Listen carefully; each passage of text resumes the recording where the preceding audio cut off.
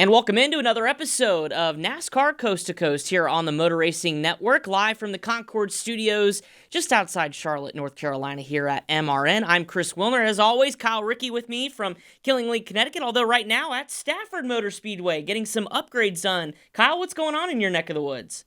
Yeah, getting ready for the Spring Sizzler coming up here just a couple of weeks away at the Stafford Speedway, the racetrack behind me. Some work going down in the infield with our new Jumbotron big board.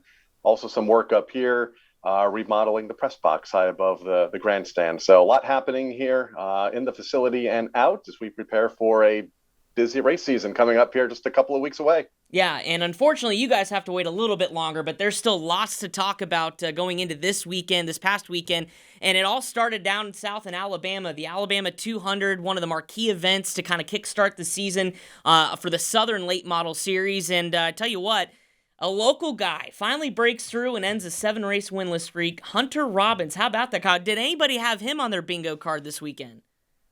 No, although, I mean, he's a driver that always stands out to me. You know, when I see him on the entry list, I always feel that he has a pretty good shot at claiming the win. He has been strong in pro late models for more than a decade now whenever he shows up at places like Five Flags or in this case at Montgomery Motor Speedway. But yeah, he picked up the win driving for Ronnie Sanders, Ronnie's home race as well. So a feel-good story there for both Ronnie and Hunter, holding off John Bolin at the finish. Stephen Nasse had a good podium run. Jake Garcia rounding out the top four. The biggest little race in the South. I love that tagline for that race. And it had to have been special for Ronnie Sanders, too. I think he's won as a driver and now as an owner, so that's got to be pretty cool. Yeah, no, absolutely. And to do it at your home racetrack and an incredible career that Ronnie has had down in that part of the country. To do it as an owner and to do it with one of the most talented drivers out there in Hunter Robbins is obviously pretty special as well. Also, part of that weekend were the Modifieds of Mayhem Tour kicking off their season. Augie Grill winning his second Modified of Mayhem Tour as a part of the Alabama 200 weekend. So pretty special for him as he won the Alabama 58 once again last year. Smart Modifieds, Kyle, we talked about him, previewing them their season. Another up-and-coming series, a big entry list to start the year. Anybody can stop Matt Hirschman? I mean, my goodness gracious.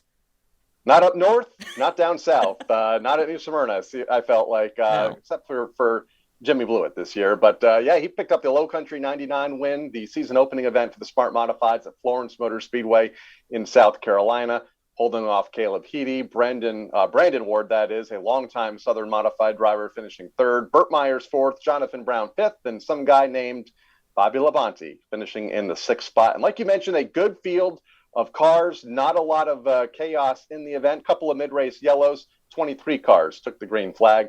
They have a couple of weeks to regroup before heading to Southern National Motorsports Park on March 18th. And Matt Hirschman, 3 for 3 in smart competition. I think his 5th win of the year. Yep. Kyle, can we put a number on it? Can he win maybe over 25 features this year? I mean, he's off to a great start.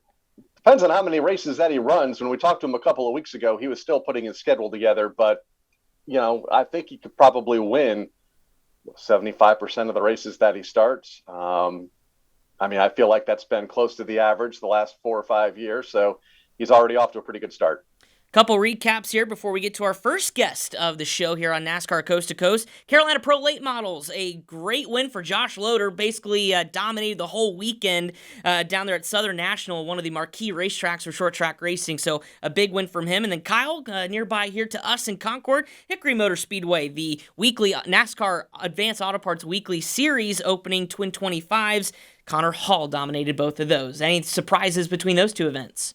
No, Connor Hall won both of the twin late model feature events, 40 lapper. Also broke the track qualifying record, 14.390 seconds. So a track that he really hasn't seen a whole lot of. He was there really preparing for the Cars Tour race there in a couple of weeks' time on March 26th, in which he'll run full-time this year. So no surprise, pretty good field of cars for the late models for opening night. They're going to run to another pair of twin 40s this Saturday night, another regular show for the late models, and you can watch it on Flow Racing. They made their Flow Racing debut last week as well. Final two events I got my eye on this past weekend. Goodyear All-American Speedway. How about Dylan Newsome? A big-time win, passed with 15 to go over former track champion Rusty Daniels, picking up the win. He's only been racing since like 2017, so a pretty big win in an early career for Dylan. And then how about that SRL Southwest Tour Series Wild West Shootout at All-American Speedway? Jacob Gomes leading flag to flag. Kyle, another dominating win for a guy that we kind of expect to be on top many times this season.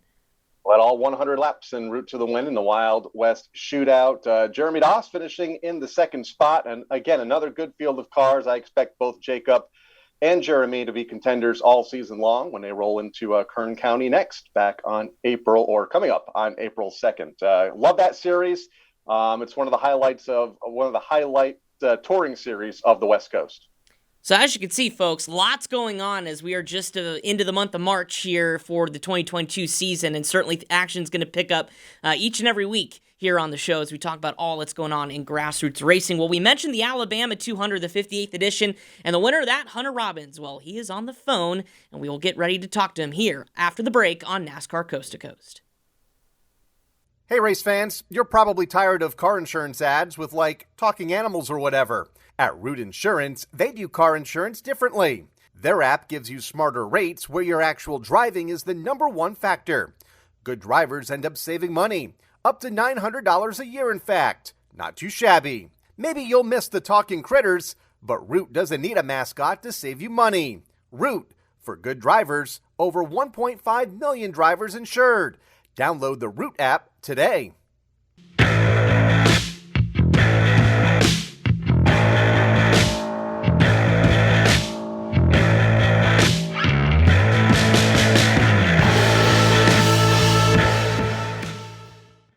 And joining us on the line now here on NASCAR Coast to Coast, the winner of the 58th Alabama 200, it is Mr. Hunter Robbins. Hunter, congratulations, and not only is it a big race to win, but it snapped a pretty deep winless streak for you, so that's got to feel pretty good, doesn't it? Yeah, I mean, it was definitely it's turned into a big race with the amount of $10,000 to win the race, and had a ton of cars there, almost 40 cars, I guess, trying to make the race, and like you said, kind of snapped a winless streak for me. I hadn't last won a race or late model race driving since 2015, when I had kind of pressed pause on my driving career to go pursue a race engineer career up in Charlotte there, and after kind of deciding that it was after our first kid, and with me and my wife, and we decided it was time to go start our family, and then somehow I found my way back into the driver's seat. You just can't really get away from it. And I'm finding success almost right away down there, the Alabama 200, a race we talked about last week here on the show, and we're trying to describe how special this event is. So I'm going to ask the winner of the race, how special is this race, and why is it so special? You mentioned the high car count, over 40 cars trying to be a part of it. Yeah, I mean, it's I guess this was almost the 58th running of it, so it's been they've had a lot of them, and some it's kind of like any of the other the big late model races. As soon as you go and pull up the stat sheet of who's won the race, dating all the way back to its beginnings, there's some really big names on there, and having already I'd won it once. It was like the race and the track where I won my very first late model race when I first started racing late models when I was 14, and man, it was pretty special just to get back to victory lane, because I've been trying really hard for the past 2 years, and to do it in that race. And like you said, how it the Stan Harrison, the promoter, he's been working really hard the last couple of years since he's been the promoter of Montgomery Motor Speedway, and with it was originally that's my hometown and where I'm from, and so pretty excited to see the turnout that he had, and really happy for the owners of the racetrack as well. And you had to have everything fall your way, it seemed like, in that race for it to pan out, and it did. And talk to me, first of all, the decision to not pit their lap 109 caution. Then you knew you were going to have fresher tires, but you needed some help to get back to the front. Then you ended up getting a caution late in the race. So just, did it feel like all the stars were aligning there for you? They did. And really, as soon as, as soon as that starts happening, man, you just start getting nervous a little bit and excited, and just because you're like, man, this could not have played out any better. But yeah, so we kind of had a plan. We talked about it all week about that race has been won off of pretty much to whoever takes tires towards the end, but the difference in this year was that there were so many cars, and there was the possibility to have so many cars on the lead lap towards the end of the race to where you didn't have enough laps to make it back to the front, even if it did play out. But we had a pretty good car. We were running top three up until that point. And when the leader, Steven Nassy, when he pitted, the one of the cars in front of me that had won that race before with Ricky Turner as the crew chief, I saw him stay out. And I mean, we had said that we were like, all right, we're not going to pit till lap 125 anyways. And it was 109, I guess. And so Josh, my brother-in-law, who I had crew chiefing for me that weekend, he said, stay out. So we stayed out, and luckily we fired off on the front row. We went as hard as we could because we knew we had to go, and we had to go like crazy just to kind of get some breathing room and not go a lap down. And I mean, we had the potential where they kind of do some of their controlled cautions, or they don't like to run, or these bigger races they run 75 laps, then they will throw a caution, and we had the potential for that to happen anyways. But there was also that danger of going a lap down and pretty much ruining the whole our plan. So luckily the caution come out. We were able to come and get our tires and along with a couple of other people as well. And but it worked out better for us. Bring us through the final restart. Got physical there, I guess, a little bit with Matt Craig. Yeah, so, with the leader being able to choose inside or out, the Nassy chose the outside. We were third at the time. We were actually just about to pass Matt before the caution come out. And, right, I mean, if that last caution wouldn't have come out, I don't think we would have been able to catch Steven. He had a couple-second lead on us where he was able to get out while we were coming through the field. And so he Matt restarted second, but on the bottom, and we were third. And John Bolin, who was the other car that had sticker tires, he was on our outside. And on the last restart, Steven got a really good jump, and Bolin and Matt Craig were side by side in turns 3 and 4, and was like, man, this is not good. We're not gonna. I'm gonna have to pass both these cars, or have to race the 2 car really hard because he's on tires too. But luckily, we was able to kind of get underneath the 54 and John at the same time, and really that move is what really won us the race, because that gave me just enough laps to catch Steven, and we needed every lap we had. Finally, for me, we talked about how big it is for you in your career and the magnitude of that race, but for Ronnie Sanders, your car owner, I mean, how special was it for him? Could you see the emotion, him now going to victory lane as an owner as well as in the past as a driver? Yeah, I think it was, and it was really special for him, mainly because, we had raced together before, and we had won some races, a number of races, and then when him and Casey Roderick were racing together, they won a ton of races together, and then he kind of decided, he's like, I think I'm done. I think I'm done racing for right now, or for good. He tried to be, and then it wasn't but a couple months that he sat idle, that he had called me back and said, let's go run some races if you want to. And so, yeah, absolutely, I want to. But there's been we've struggled a lot the last 2 years. We're inching, day by day, we're getting better and better and better. In every race, we're running better. But to finally to get back in victory lane after working so hard the last 2 years, I think that's what meant the most to him, that all of our hard work has that has paid off, and that we are making good decisions, because when you don't go to victory lane and you're used to going to victory lane, you start losing some confidence, and that's what we needed. You mentioned, and I'll wrap up with this, kind of a family question. You mentioned you had to step away a few years ago. You're back. your wife, Johanna, a top-level driver for many years in the NASCAR Xfinity Series and the Truck Series. She won a Snowball Derby. Has she adapted to having to step away and obviously not running as much in starting a family these last few years?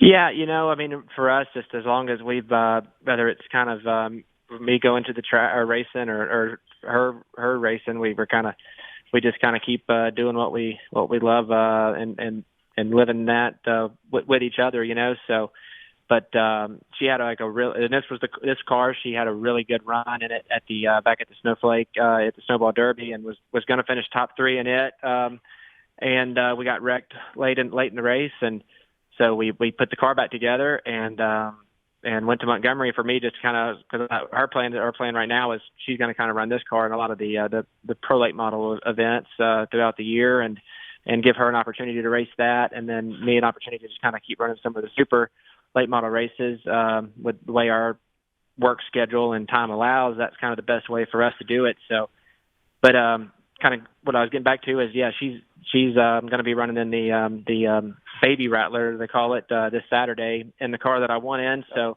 we're pretty excited about that. She's really excited about it, and that was really one of the first things we did when we got back on Sunday was start changing the seat out. So she's ready, and I think we got a good piece to put her in. I was going to say, at least she knows the car's fast. So that brings it to my final question as we wrap it up, is just what does 2022 look like? Obviously, work schedules and everything's crazy, but are we kind of going big money racing? I mean, what's your kind of anticipated number of races you're going to run this year?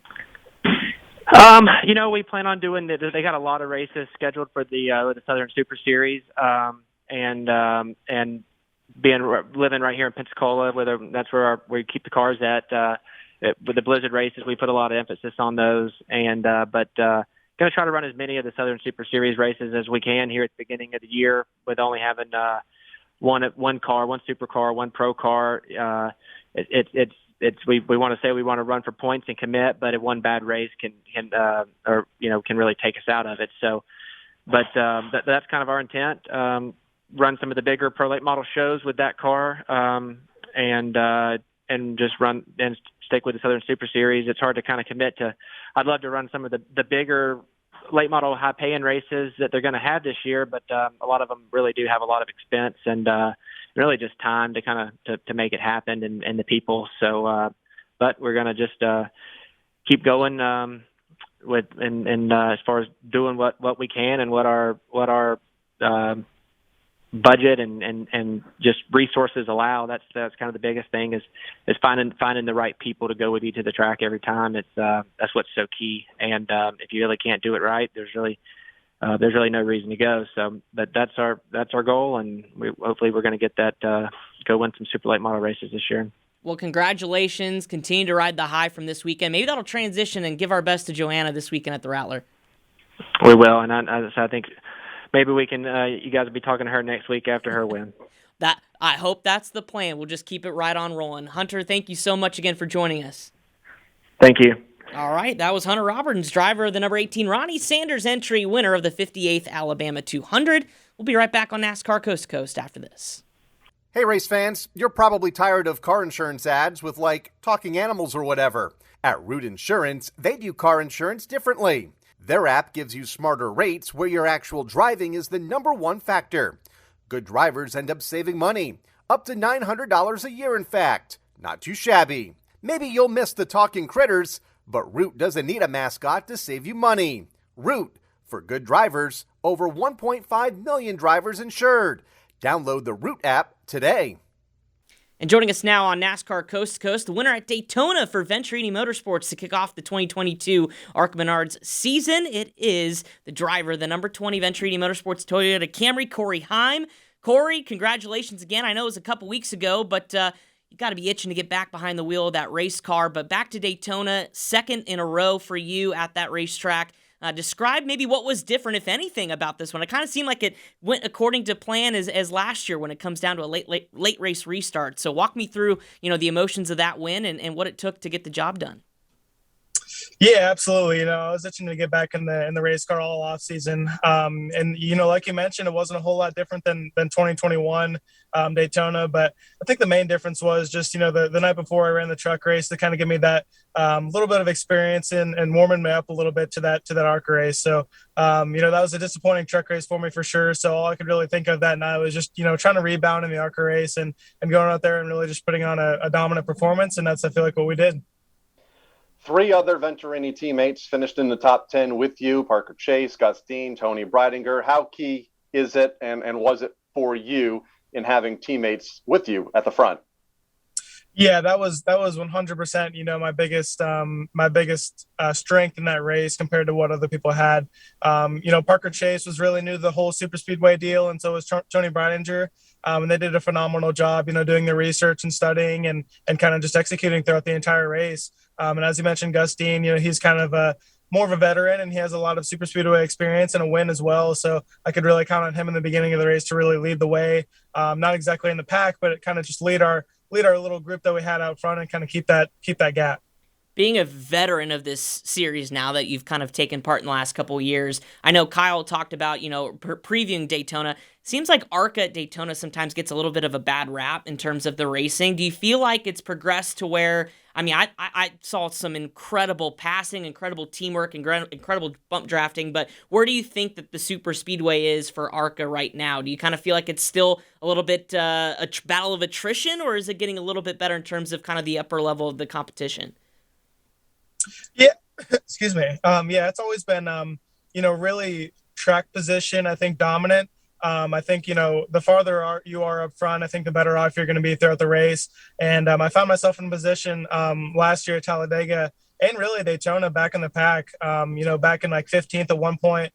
And, those Venturini Motorsports cars are always so fast at the super speedway. So I was able to find myself, at the front, working with Drew Dollar last year and this year with Gus Dean and Parker Chase, kind of like I mentioned earlier. But the very raw drivers in the series, make it very difficult to kind of warm up to that. But I feel like a lot of the drivers, nowadays have a lot of access to sim and a lot of research. So it's kind of getting better year by year with the extra, things that we have just to study and really do our research leading up to the race.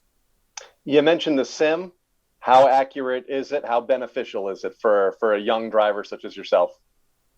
Yeah, when you take the whole year in perspective, I think that really helped me progress last year. I came into the Venturini Motorsports camp in 2020 with really no resources beforehand of that. And ever since mid-year after COVID in 2020, ever since I had access to that Toyota sim, it really helped me develop all throughout 2021. I feel like I just got better and better throughout the year, and I have a long way to go. But, I feel like just being in that Venturini Motorsports camp and kind of having access to the Toyota Racing, sim has really helped me progress. Your team with Venturini Motorsports, obviously we don't have to talk about how much of a dynasty they've kind of laid out in this ARCA Menard series. As kind of the veteran member now that we have so much turnover year and after year, do you kind of take upon that leadership ability in that camp? And how much pressure do you feel to make sure you guys keep winning and keep, having that dominance each year?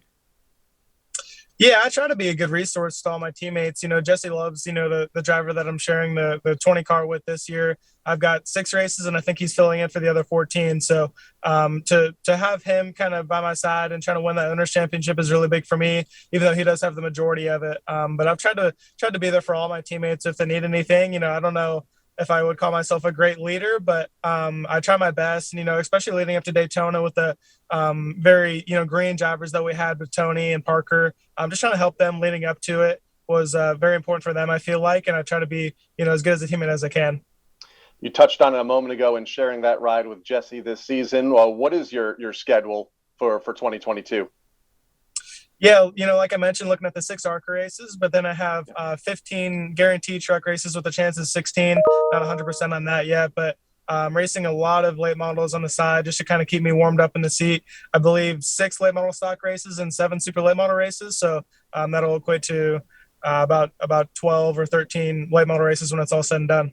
Yeah, yeah, no kidding. That is very busy. But speaking of that short track experience, from a guy growing up in Georgia, right, racing those Legends cars at Atlanta and things like that, kind of growing up through the Southern Racing Series, how much has that helped you in this transition now, bouncing back between rides and kind of keeping yourself, like you said, kind of warm in the seat? Yeah, 100%. Just kind of growing up and racing Legends cars and the late models have really just helped me develop at a young age. And, I feel like I kind of got started a little bit later than, the average nowadays. I feel like, Chandler Smith, his first time in a late model was like 13 or 14 years old, and Jesse Love too. And, my first time in a late model was when I was 16. So, those Legends cars that I raced, and they didn't ever race those, I feel like really helped me progress. And, any kind of system that you can use to funnel through and kind of just develop in the southeast region of the United States, I feel like has been really beneficial. Whether it's late models, Legends cars, they all really correlate to NASCAR in some sort of way. And Legends cars have really helped me specifically. But just staying in the seed and racing those late models, I feel like just helps me kind of stay warm, like you mentioned. Are you bummed there's no run for a championship in there after being fairly close a year ago? Yeah, a little bit. I feel like after Daytona, especially just how the points, look right now with how good they look, it's, a little unfortunate. I feel like we'd have a really good shot at trying to, win our first ARCA championship with Energy Motorsports. But, I think in the big picture, the truck races are really going to help me develop. And for my career, I think it's a good move for me to just kind of stay progressing and stay moving up throughout motorsports. So with that in mind, I guess now we're just trophy hunting. So what is your mindset now going into these races, including Phoenix coming up this weekend, a track that, you nearly missed out on a win last year, finishing second. I mean, how big is this for you now just to go out swinging, knowing that you can be aggressive because you're going for just straight wins at this point?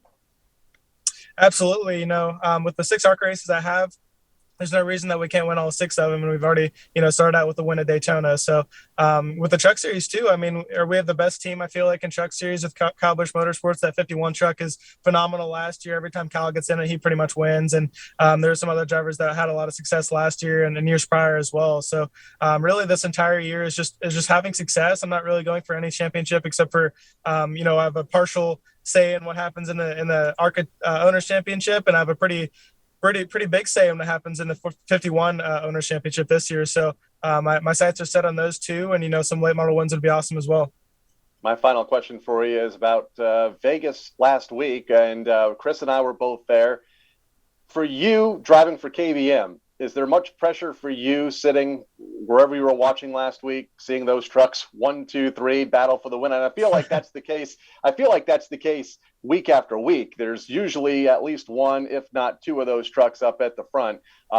Any extra pressure for you once you climb aboard that the expectation might be to be up there with the likes of John Hunter? Yeah, I mean, there's definitely pressure. John Hunter, having all the experience he has, is really, really successful, which is, I feel like is pretty expected. But then you got Chandler Smith, who doesn't have all that experience and is still really, really good. And every time Kyle gets in, just like I mentioned earlier, he's very successful as well. So really, it seems like whoever sits in the seat is successful in those KBM cars, so KBM trucks. So, going forward, it's definitely going to be a lot of pressure. But, we've got Atlanta next week, which is going to be a little bit of like a super speedway race, I view it as. And then later in the year, once we start kind of getting in the seat, back-to-back races, I feel like is really when I'm going to start warming up to it and really get used to the team. I only have 4 starts in my name right now, but once around July or August comes around, that's when my schedule gets really truck heavy. So I'm looking forward to that. Well, Corey, it's really excited to see how much hands full and you have for yourself this year running both the ARCA Menard Series as well as the Truck Series. Best of luck to you, my friend. We look forward to seeing you down the road and much more success to you in the future. I appreciate it. Thanks for having me on today. That's Corey Heim, ladies and gentlemen, the winner at Daytona in the ARCA Menard Series. We'll see him in both that series as well as the NASCAR Camping World Truck Series here in 2022. We'll be right back after this.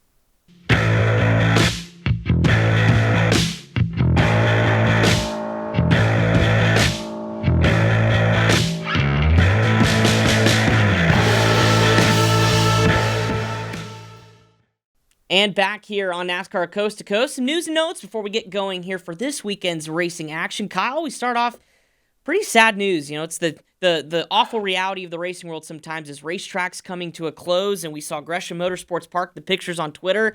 It's left to wither away. Pretty sad deal.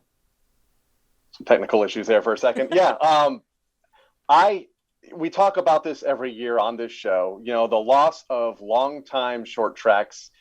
We've always seen it. But we're seeing it more. Gresham Motorsports Park hasn't been active for the last 6 years. Was sold recently by the current owner. The buyer of the property hasn't been revealed yet by Tim Gresham, who is the current property owner. But he did confirm that it's not going to remain a speedway. Another great racetrack, opened in 1967, longtime home of the World Crown 300, but unfortunately hasn't been really active in the last 6 years. They were hoping to come back for 2020, and then everything happened, and unfortunately Gresham will fall victim to that. Along with several other short tracks across the country, but Gresham always one of those racetracks that hosted big events and a facility that you always thought would be there, and unfortunately. We now know that it has run its last race. Yeah, sad deal, absolutely indeed. And speaking of sad deals, we just got news here today as recording NASCAR Coast to Coast that as the Arc Menard Series heads out to Phoenix for the West Series opener as well as the national event, David Gilliland Racing suffering a tragedy on the way out to the racetrack. Their semi-hauler that carried Taylor Gray's, number 17 Ford, involved in a serious accident that included a fatality of their semi-driver. So our thoughts and prayers continuously with the DGR family. It's one of the brutal realities, too, of racing, Kyle. These semi-drivers are the unsung heroes, right? They're putting in 50,000 miles plus on the road. Yeah, that's something we unfortunately hear about every once in a while. I mean, there's so many haulers on the road at all times. Every once in a while, unfortunately, something bad happens. And then this is a very unfortunate situation with DGR. Hopefully they can get through this. Obviously, you mentioned the fatality, so going to be a bit tougher than some of these other incidents that we've talked about the last few years. But yeah, our thoughts and prayers are with that race team. But speaking of ARCA, they will be taking the racetrack this weekend in Phoenix on Friday night as part of the NASCAR weekend out there. Once again, the Arc Menard Series and West Series opener. It also doubles up as the Sioux Chief Showdown opener as well. Kyle, Phoenix always like a great track. 3 races in one. Huh? Like 3 races in one. Yeah, right? They're all run at the same time, just like IMSA. What can we expect from Phoenix? A great racetrack, we know, but I feel like the Arc Menard Series really puts on a show there, and it's kind of where we saw the dominance of Ty Gibbs start last year. What can we be in store of this week? And we now know that Corey Heim's not on the entry right. list. Jesse Love's going to be behind the wheel of that car. 40 cars strong, and without Ty Gibbs, I don't know who the favorite is, and the Daytona winner's not there. So it's going to be interesting to see, who these early favorites are that are going to run for the championship. I think, Jesse Love's obviously going to be a factor going into the car with the team that won at Daytona. But yeah, there's a dozen or more names on that entry list that can win. One of the strongest entry lists I've seen in a while. Our guest from a week ago, Tony Breidinger. She'll be there, Amber Balkin. So we'll have several ladies in the race. I believe Bridget Burgess, part of the entry list as well. So going to be a great race. You can hear it live here on the Motor Racing Network at 7:30 Eastern Time on Friday. Absolutely. I know Josh Berry, also another one on the Xfinity Series side, entered for that race. The 46 Rattler 250 is this weekend. We talked about it a little bit in the pre-race or in the early part of this show. The Baby Rattler or the Grasshopper 125 is also part of it. Another stout field. Chandler Smith, who won Friday's race at Vegas in the Camping World Truck Series, is entered, as well as Carson Hocevar. So some more big names going after to try to hold that Rattler, which I don't know, Kyle, if I would do, but I would do it if I won the race. No, no, you not wouldn't? Even if I won the race. Ty Majeski, Stephen Nasse, Derek Griffith, all some of the big names. You mentioned Chandler Smith a moment ago, Hunter Robbins, who we talked to on the show today. Going to be a great event right now. Approaching 25 drivers on the entry list. That is this Friday, Saturday, and Sunday at the South Alabama Speedway. That's right. You can see that all on Racing America. Cars Tour opens this weekend. Millbridge opens. And some breaking news we got in Vegas, Kyle, before I let you go. Did I hear you're going to return to the seat of maybe a Wild Thing card up at Stafford? Can we announce this officially? I'm not making that official yet. Man, I thought I had it teed up like we were going to break some news on here. All right, well, stay tuned, folks. Kyle Rickey may be busting out the driver's suit. And if that happens, I have to come out and be his crew chief. I think that's fair. We'd love to have you up here. Can't love wait to have you up here. All right, well, it's time to wrap things up here on NASCAR Coast to Coast. From everyone involved with the show, Kyle Rickey, enjoy the rest of your week. He's going to Phoenix, so catch his and the rest of the MRN team live on the Motor Racing Network from Phoenix. I will be here in Charlotte. But to all of you at home, enjoy the rest of the racing weekend. We look forward to catching up next week. Good night.